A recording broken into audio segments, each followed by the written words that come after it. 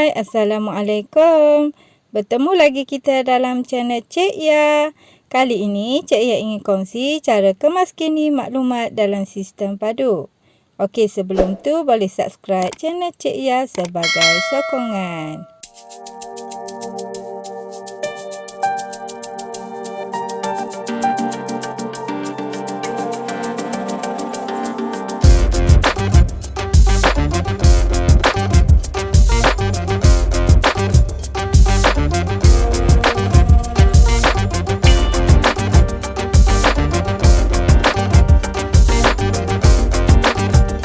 Untuk makluman semua, setelah kita daftar dalam sistem padu, kita perlu buat kemaskini maklumat pula.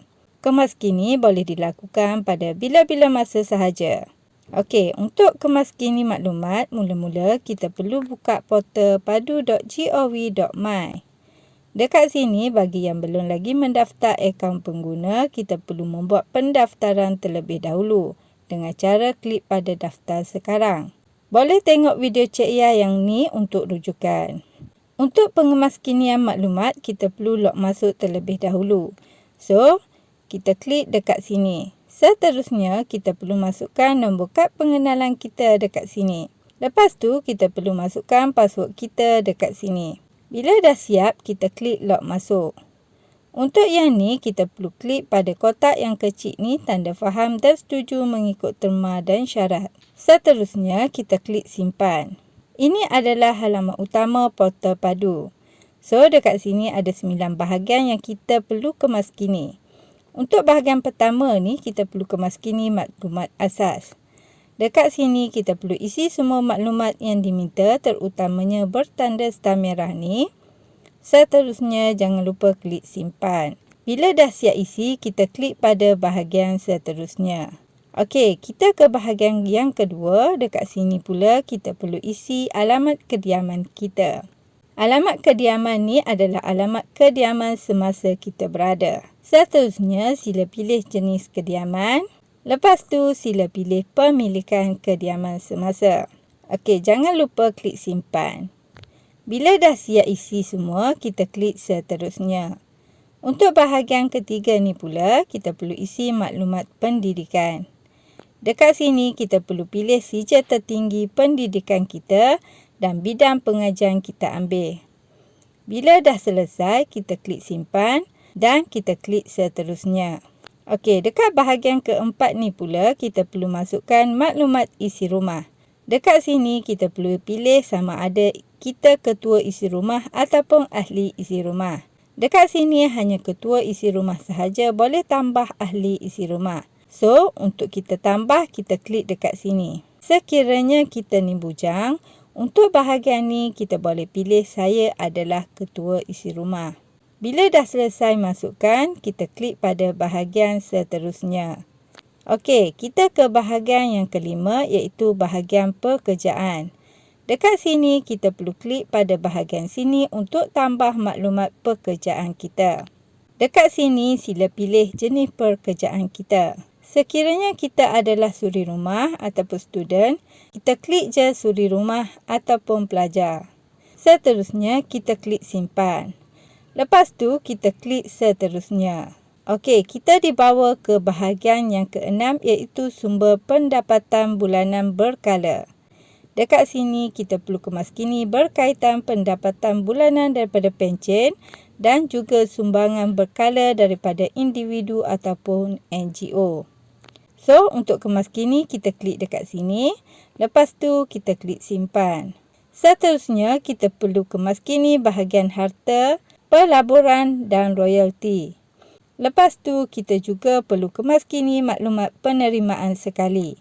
Bila dah siap isi semuanya, maklumat kita klik seterusnya. Okey, kita ke bahagian yang ketujuh, di mana kita perlu kemaskini maklumat komitmen. Dekat sini, kita perlu isi maklumat komitmen dan juga perbelanjaan bulanan semasa. Bila dah isi semuanya, kita klik seterusnya. Untuk bahagian ke-8 iaitu maklumat bantuan kerajaan. Jika kita tidak dapat apa-apa bantuan kerajaan, kita tak perlu isi bahagian ini. Tetapi jika kita ada menerima dalam tempoh 12 bulan ke belakang, kita perlu kemaskini bahagian ini. So, untuk kemaskini, kita klik dekat sini. Seterusnya, kita perlu isi butiran bantuan yang kita telah terima dekat sini. Contohnya, jika kita penerima STR, so kita klik je kategori sumbangan ni, sama ada daripada persekutuan ataupun negeri. Seterusnya, pilih kekerapan yang kita terima sumbangan dan kita kena masukkan berapa jumlah yang kita pernah terima. Bila dah siap, kita klik simpan. Lepas tu, kita klik seterusnya. Okey, ini bahagian yang ke-9. Dekat sini, kita perlu buat pengakuan. Jika kita dah buat pengesahan identiti semasa pendaftaran akaun, kita dah tak perlu lagi buat pengesahan identiti. Jika belum buat, kita perlu buat pengesahan identiti dahulu. So, untuk pengesahan identiti ini, kita perlu buat imbasan kod QR yang dipamerkan menggunakan telefon kita. Nanti, di telefon tersebut, kita akan dibawa ke bahagian pengesahan identiti. So, dekat sini, kita scroll ke bawah dan kita klik pada mari laksanakan bersama. So, dekat sini kita perlu lengkapkan 3 langkah. Langkah pertama, kita perlu ambil gambar kad pengenalan bahagian hadapan. Jika dah jelas, kita klik teruskan. Langkah kedua pula, kita perlu ambil gambar di bahagian belakang. Jika dah selesai, kita klik teruskan. Langkah ketiga pula, kita perlu ambil gambar wajah kita. Seterusnya, kita perlu tunggu sekejap.